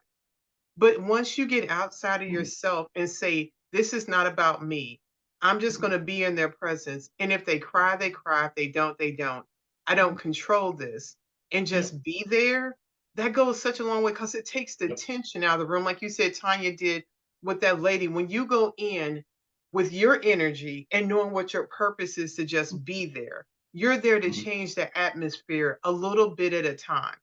It's not gonna happen all at Yep. once. It's not gonna Yep. you're not gonna come in with your magic words and wipe away the grief. You're just No. there for this Nope. piece of it. Yep. Yep. And and one thing I've realized is forget about the titles. In terms of, you could have pastors, elders, ministers, deacons, whatever. Forget about that. That's not going to be what matters. They're not going to be the ones that necessarily matter. Yes, they might matter, but it's not because they're a pastor, elder, minister, or deacon, or whatnot. There are people that um, who kind of look up to me or whatever, and I have an easier time talking to them than I do other people, just because they know how to just be quiet and listen. They just be quiet and they're just silent and they just listen, and they, somehow it's easy and comfortable talking to them. And other people it's like, okay, I need to get out of this room because this is just uncomfortable. You're not comfortable and I'm not comfortable because I'm too tired to try to make you comfortable and make you feel okay that I'm not okay. And so I think people sometimes they feel like because they have a title, they need to be doing something for you and everything. It's like, no, I even told my pastors, I'm like, you can't walk me through this because you've never been through what I'm going through. And I don't want you ever, because they're a husband and wife team and an awesome, amazing marriage and everything. But I don't want you to ever experience what I'm going through. So, you can't walk me through this. You can support me through this, but you're not going to be able to walk me through this, because you never been on this. So, I kind of want to free people from thinking that your title means you have to do this. No, nope. If that's not what if you don't have a gifting of listening, which some people just don't, then it might not be for you. If you're somebody that makes everything about you, you need to go the furthest away from a grieving person as you can get. Bury yourself in the sand, something. Go kick rocks with open-toed shoes. I don't care, but stay away from the grieving people, because when you make things all about you, no, you're the wrong person to be around. The wrong person. And I had to deal with somebody who selfishly started coming in and talking to me right before Christmas about their problems and everything. That didn't go well. That was my first Christmas without her, and they came in sharing their problems and everything. That didn't go well at all. That didn't. No, no, no. They got they got the wrong side of me. So, That is fair. but That is fair. yeah. Do you when my husband Mark passed, I tried to go through like the Rolodex of my mind and think, did I say things like this to people that had loved ones that died? Did I what were my thoughts and how different it is now to be on this side that it's not something I could have ever explained to someone what this looks like, but my perspective is different. Have you ever thought about like what Martin may have said beforehand and versus what Martin would say now? As you said, the grief, it's relative. Your ability to be sympathetic or have empathy for somebody is different than beforehand. Yeah, I will say, I mean, I've always tried to be sensitive, and in terms of saying things, I don't like to say the same old anyway. I'm not that person. I just don't like saying things that have been said a million times. I remember certain things I would say to people, um, you know, before. And I don't remember a lot of cases, but I remember one time somebody lost their mother, and I said, what did I say? Praying over your pain and praising God for her promotion. Um, because that's how I feel about it. It's we're a very interesting people in terms of when you pass, we're told, you tell, oh, they're in a better place now. That's what everybody says. Oh, she's in a better place. She's in a better place. I never like to say these things I've always heard somebody else say. at least be original. I don't care if you say the same thing, find a different way to say it. I don't care if you learn how to say it in sign language or a different language. Just say something original instead of just saying the same old, because we get so tired of, and certain things, they mean well, but, I think that's one of the tough things is when we tell people, oh yeah, they're in a better place now. And then we turn around and say, thank God, because you woke up this morning. You had breath in your lungs and you have feet to walk and all that stuff. Well, wait a minute. Which is it? Should I be happy that she's in heaven and that's where I want to be? Or should I be happy that I'm here alive? Which is it? And so, I think, and I get both points. The bottom line is the main goal in both cases is to encourage. I get that. But, when you send some mixed messages and whatnot, sometimes it gets a little old, especially when that's what you're told time and time again, be happy that, you woke up this morning. I think what they don't understand is that works for the churchy folk. That doesn't work for the hurting people, because the hurting people didn't necessarily want to wake up this morning, if we're being very real about it. They're in so much pain when they woke up this morning, they knew they had to face another hellish day. And they didn't want to go through that day. They just want to, they would have just been happy. And sometimes you do. You just stay in bed and, you lay there all day long because that's all you feel like doing. And so, somebody trying to tell you, be happy you're alive. I don't want to be alive. There's certain days where, if we're being real, there's days where we don't want to be alive. And it's not the same thing as saying we're suicidal. No, I'd rather be dead, but that doesn't mean I'm going to kill myself. That is Can something. we get real about that? Yes, I remember, and that part right there is so real, Martin. I remember not going back to work for 3 months. I remember laying in bed for days on end. The idea of existence outside of Mark's presence was more than I could comprehend, but that didn't mean I wanted to take my life. It was the idea of the work that was required to create this new life, to develop what Tina was without saying Mark and Tina. And I think that's so important for people to understand. I could not say Tina without saying Mark and Tina. It just didn't even know how to come out of my mouth like that. Yeah. But when I told people, and I was very apprehensive about saying I didn't want to be alive, because I didn't want someone to, and there are some, and I do understand there are some people that have thought about taking their life. And if that is you, then I want you to call a suicide prevention, call a crisis hotline immediately. And if you know someone that is thinking actively about committing suicide, to call a suicide prevention line immediately and rescue them from that, because grief can become so deep that it can take you there. But what Martin and I are talking about in this instance is the idea of life, absence of that person, doesn't seem like something I wanted to sign up for. This is not what I agreed to. And that is when people hear that, they're automatically thinking, oh, they're about to do this. It's no, I'm just trying to be honest with you about how hard it is to live in their absence, if I understand you correctly. Yeah. One of the things, and I remember thinking this and saying this very early on, it might have been in the first couple of weeks or so. I wanted my story to be part of our story, not our story to be part of my story. Mm. And there's a big difference.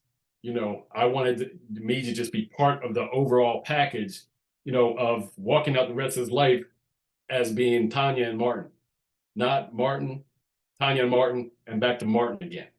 No, that's not, no, I never envisioned that, never thought that, never felt that. And so, no, it's very hard. I mean, literally, especially when you're in a marriage where you truly became one, and part of you is now spirit. And so you're sitting there, part of you feeling like this is where the reality, where people feel like, they're like, I don't feel like this is real. The reason why is because part of you now is spirit, and you're physically here, but part of you is there. And it's like, okay, I feel like I'm not even in the world anymore because part of me isn't. And so trying to get to, trying to navigate through that. When I wrote in, I did her program for her homegoing celebration, and I wrote a letter to her in there. And that's what I talk about, is the fact that, I'm now trying to get to a home I've never been to before. And I'm homesick for a home I've never been to before, because my home is where she's home now. And so here is not the, it's not the home is not, it's not home. I mean, this is our house and all that and everything, but no, I have to wait to get home. And I don't know how long that is. You can't hurry the process. You know, you end your life and you're not going home. So, there's that. But I mean, it really is, it's a strange dimension of, wondering what heaven is really like. I mean, you sit there driving, you're looking up at the blue sky with the clouds and everything, and it's like, okay, they're there somewhere. They're beyond there. And so it's, yeah, it's a tough thing to never realize that you're going to live out the rest of your life without them here. She passed the week, exactly 1 week after I turned 50. And 50 seems like, like the AARP thing, joke and everything, 50 seems like you're getting old.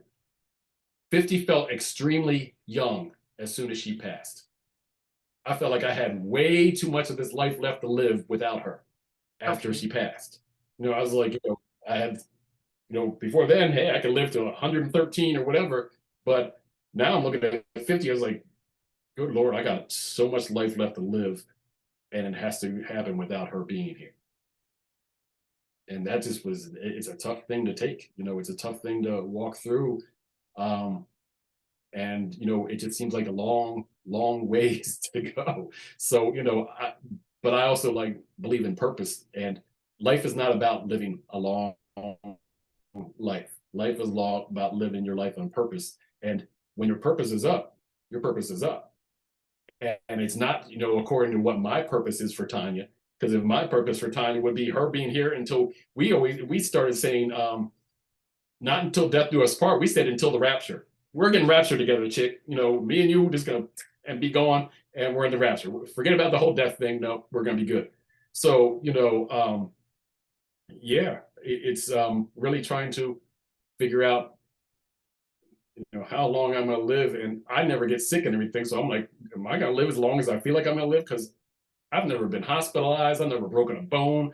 I get sick maybe once a year. Even COVID was not even that big a deal for me. So it's like I feel like I have way too much life left to live, but at the same time, I just have to live all the purpose out, and that's all there is to it. Whatever God's purpose is, and we don't know what God's purpose is for somebody altogether. I get what Tanya's purpose is, and I'll end the third book talking about that, because she claimed to be the miracle, and she was the miracle, just not completely in the way that she thought of. So that's fair. Yeah. So have people asked you about the dating thing, or would you get remarried? Has that question come your way? Oh yeah. Yeah. And I'll be real. It's some people ask because just because they love me and everything. Some people want me to find somebody so that they can see me comfortable again, and so so my grief will be over, so they can be comfortable around me again. It's more about so. But the bottom line is, I'll never date again. I'll never marry again, and that's me though. And I don't. It's not a judgment against anybody who decides to move on. I tell them this way. Tanya didn't just set the bar high, she took the bar with her. So there is nobody after her.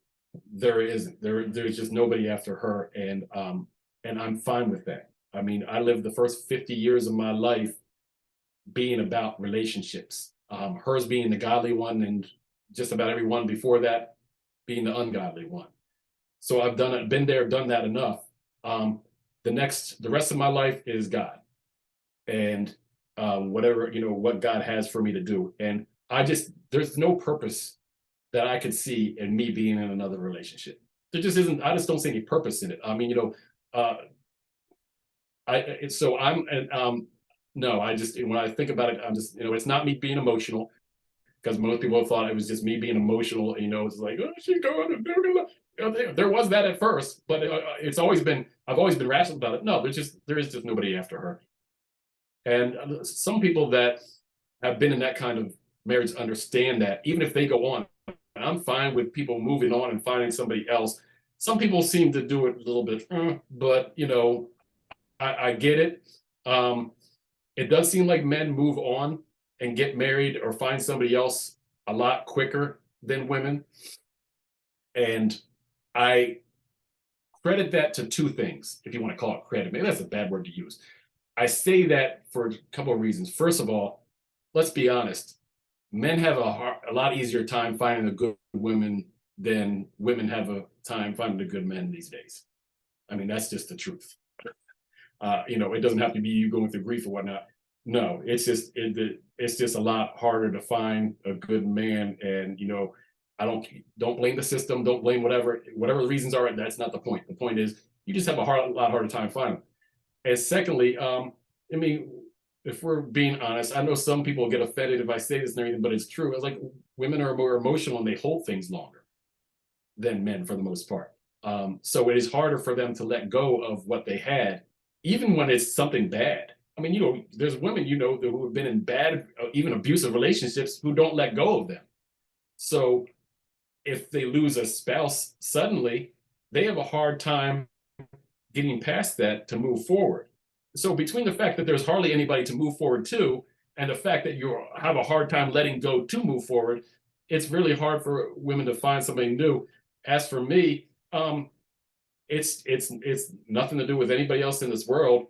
It's just that I had a marriage and a wife that was out of this world, and so that's where I'm at. And she left enough love behind for me to take me through the rest of my days. I mean, honestly, I mean, I could sit there and doesn't matter how many years I have left, I could tell stories about our relationship to last. I feel like, you know, John talking about in the book of Revelations, how all the things, you know, or that happened, all the miracles that happened and everything that was in the book of Revelations, but you know what I'm saying. I could talk about her forever, you know, and we have stories upon stories upon stories about everything. I mean, I have a book that I might be writing, and it'll be a picture book on her charm bracelet, which has all these charms from every single event and every single special occasion we ever had in our marriage and everything. And so, I mean, you know, and I could tell you a story about each one of them because I picked them out each one individually and everything. So between that and the 765 date nights that we had, we only missed 8 Tuesdays in almost 15 years.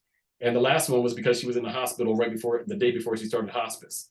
And we didn't miss those Tuesdays. And everybody knew, don't bother calling us on Tuesday. Pastors wouldn't call us on Tuesday, you know, because they knew you're not going to get us. Our phones are away, and you know, it's time spent together. It doesn't have to be a great date going out and everything. Most of the time it was in the living room. It was just spending time together, and that was it. And dedicating that time to each other. And it happened every Tuesday. And you know, so yeah. This has been really good. Martin, if a widower, I'm a preference a widow, but it can be anyone, but they are saying, huh, I don't think I could do this. This is too hard. This love that I had was too amazing. Why do I want to keep living? What would you say to them?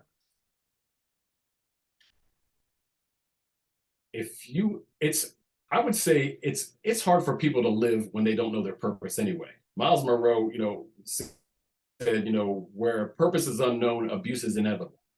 And what that means is, you know, no matter where you are in life, whether it's married or unmarried or whatever, if you don't know what your purpose is in life, and you don't know right away, I didn't know my purpose was going to be doing this until she passed, you know, in terms of, you know, walking people through grief and writing books and stuff like that.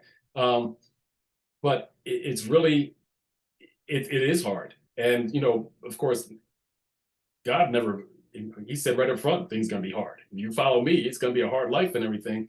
But you're not going to be satisfied with anything if you're not doing what you're purposed to do. And it's hard to know what that is. And sometimes you have to be patient till that comes to pass, because sometimes you have to be prepared for that purpose. If this had happened to Tanya early on in our marriage and everything, I probably would have been mad at God. because I wouldn't have had the understanding. He wouldn't have taken me through all the things that built my faith in him, and how he brought us through all these crazy situations that we went through and everything. So I understand people being angry, with God, and being, what I think is important for them to do is, when you're so angry, you can't see straight. And so you can't see the bigger picture. You can't even try. You're not even trying to see a bigger picture. And you're not trying to understand, a lot of people ask why. They ask why this happened and everything. And I get that question. I don't have that question of why. I don't have to have the main reason why. There's enough reasons that I can think of in terms of why this happened and why it went down the way it did. But a lot of people don't understand why they lost a loved one, why they lost their son, their daughter, why they were murdered, and all this stuff. And so it's hard for them to understand what they're supposed to do, what their purpose is, because their purpose was in that love for that person that they lost. And now what do I do when I don't have that person to love anymore? I don't have that person to love me anymore the way they did in such a special way. It's funny. I was in the grocery store today, and there was a stray cat in the parking lot, and I was like, there's so many stray cats and everything, and they don't mean anything to anyone. But I have, my son has 2 cats here and everything, and they look exactly like the stray cats, except for the fact that I know them. I know their personality and everything. I know that how they are. He's really affectionate and everything. If you put it on the street, he just looked like a stray cat. But because I know his personality, how lovey-dovey he is, and all that kind of stuff, it means something more to me. And so, it's that the purpose of knowing what something is there for, or not knowing, which is where the struggle really comes in. And sometimes it's like the mother whose son got killed by a drunk driver, and she started mad. She turned, created a purpose out of that. Purpose does not remove pain at all. Pain is usually what pushes the purpose forward, because the pain is what makes you want to make sure something happens to make this better. I said, when I was talking at her celebration, I said, cancer picked the wrong family. You picked the wrong marriage to mess with and everything, because all this is going to do is make me go out there. I can't do anything. I'm not about to go to become an oncologist or anything like that, but I can help people with their fight in terms of supporting them and encouraging them in whatever way I can. And, so that cancer doesn't win overall. So with my wife, another reason for cremating her was I wanted the cancer to die, and I wanted it to be burned up. Like, God took her already. She was already gone. The only thing that was left was, it's like a car accident or whatnot. The car got totaled and the driver's okay. Well, when you got God and you got Jesus, he takes the driver out and the car is destroyed. That's her body. So, I know she's okay and everything, but the car is gone. And so with that car, with her body, that cancer cancer is a stupid thing because it's on a murder-suicide mission. It kills the same person that, and it kills itself by doing so. So, that's just the way I look at it in trying to find your purpose in why this happened. And it's not going to be always obvious. And some people will never know, but that's what I think is most important. It'll be it's a harder struggle without knowing that, and without trying to find that out and figure out what you can do to make things better, to honor the memory of the person you lost. That makes things better for you. I'm honoring my wife's memory with the nonprofit and just, different things I do for her, by teaching people, still helping people with their marriages and whatnot, by things that we learned along the way. And by her being an amazing example of a wife, and she was that Proverbs 31 woman. So, I tell some people, like, some of y'all are more that Proverbs 19 woman, better to live on the corner of a roof than in a house with a nagging wife. Yes. This is some of you think you Proverbs 31, you need to subtract a little bit. Oh my gosh. Okay, so if you're listening, I want you to read Proverbs 31 and Proverbs 19 and let us know which one you are. Give us some input after you do that reading. Martin, I'm pretty sure it's Proverbs 19. Let's put it this way. He said it 3 different times in Proverbs about living in the house with a nagging wife and everything. It should tell you a lot. You missed it the first time. You had a second time and a third time to catch it. Maybe you need to catch on a little bit because, oh yeah, But okay, you nope, can Google. I don't know it offhand, but you can yeah. Google I the think verse his about living flower is with not. a. Yeah, It's better to live on the top of a roof than with an angry a wife. yeah, Martin, yep. this has been great. Thank you. Any comments Thank you. closing before we wrap up? You know what? I don't even know what I would say other than to make sure that people are doing things like this. Tuning into your podcast and everything, and being part of a grief group, it really does help. And I thank you for it because I'm not good with this kind of thing in terms of I couldn't have my own because I'm just not made that way to have that kind of consistency and all that kind of stuff going on. The ADD just takes me away. So I so appreciate yours and other people's groups and everything. I really do think it's important for people. It sounds so typical, oh, I gotta go to therapy or be part of a group or whatever. But it really is what helps. If you want to, get away from the people who don't understand, even though you love them and they love you, you really need to find somebody who can, because in this conversation right here, I'm leaving this feeling much, much better just being able to share. So I thank you greatly for it and everything. And so it really is. And I've watched some of your other ones and they're awesome and amazing. The people that, the things that get shared and everything, they're really important and it really helps people and it really will help people get insight and perspective greater than they possibly can anywhere else. Knowing somebody's going through what you're going through in one way or another is the only way you're going to get better. Is just like, okay, I see her, she's hurting, but she don't look like she's hurting, but she's hurting. I want to get to that point. And the only way I can get to that point is by being around people like her.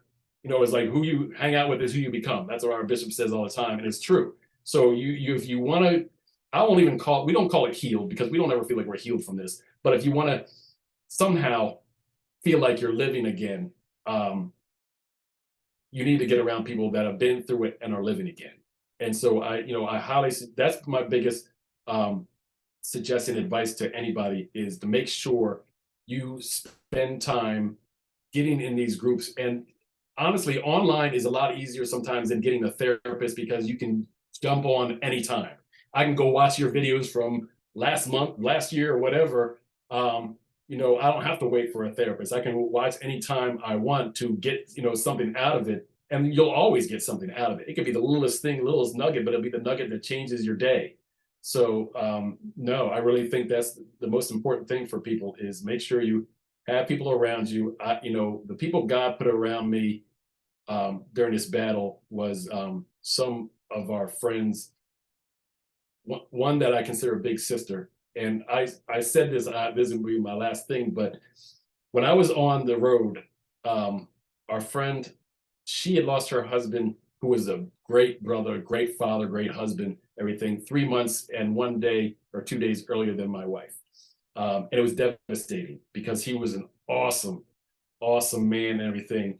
And when we found out, it was devastating.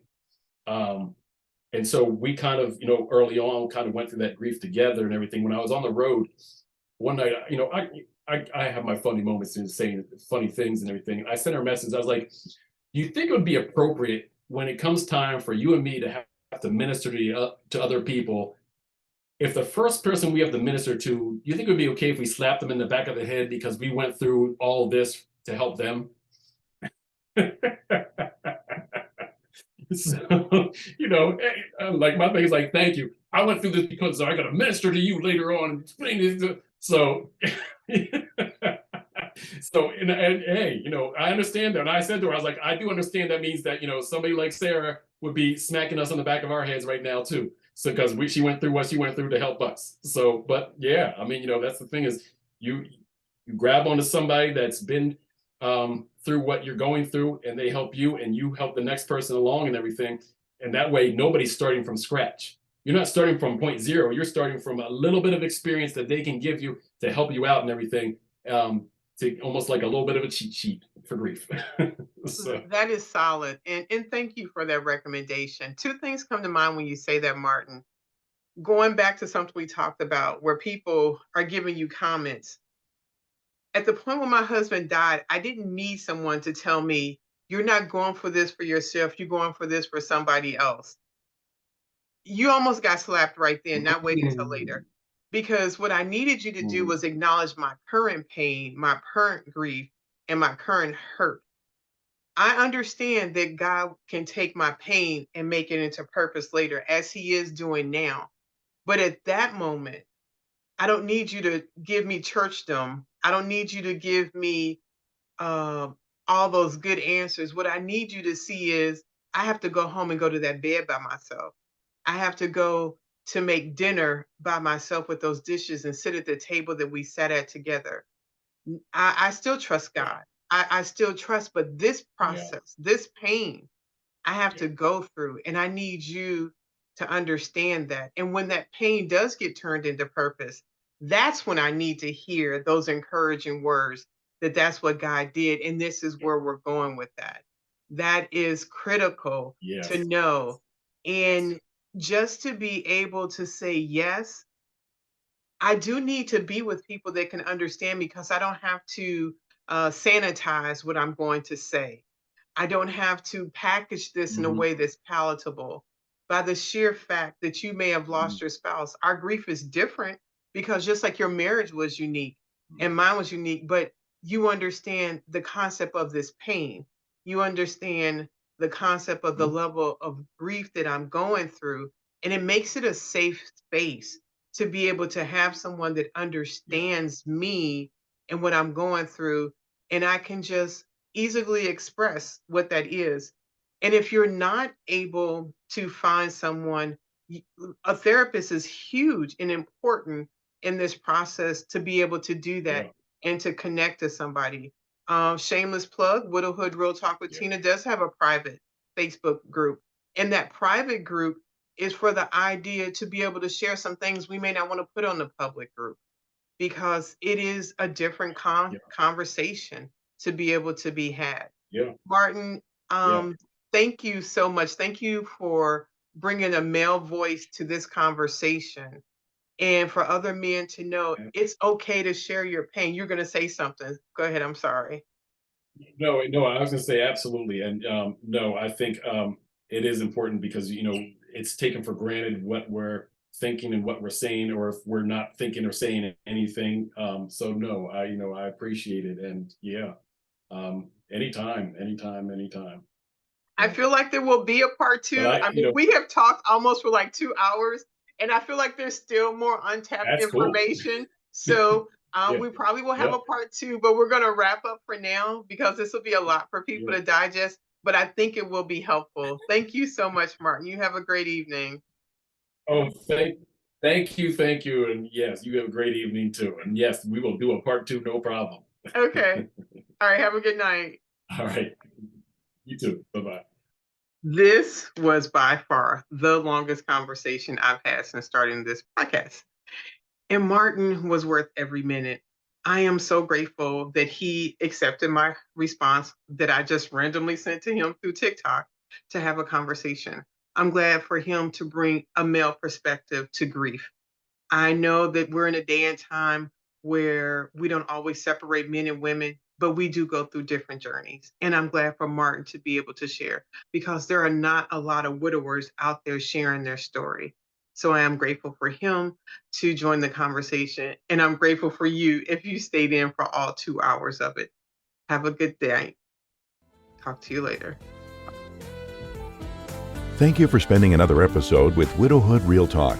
If you found the contents of today helpful, share the episode to anyone you know who may need it. Subscribe to the show and tune into Widowhood Real Talk each week.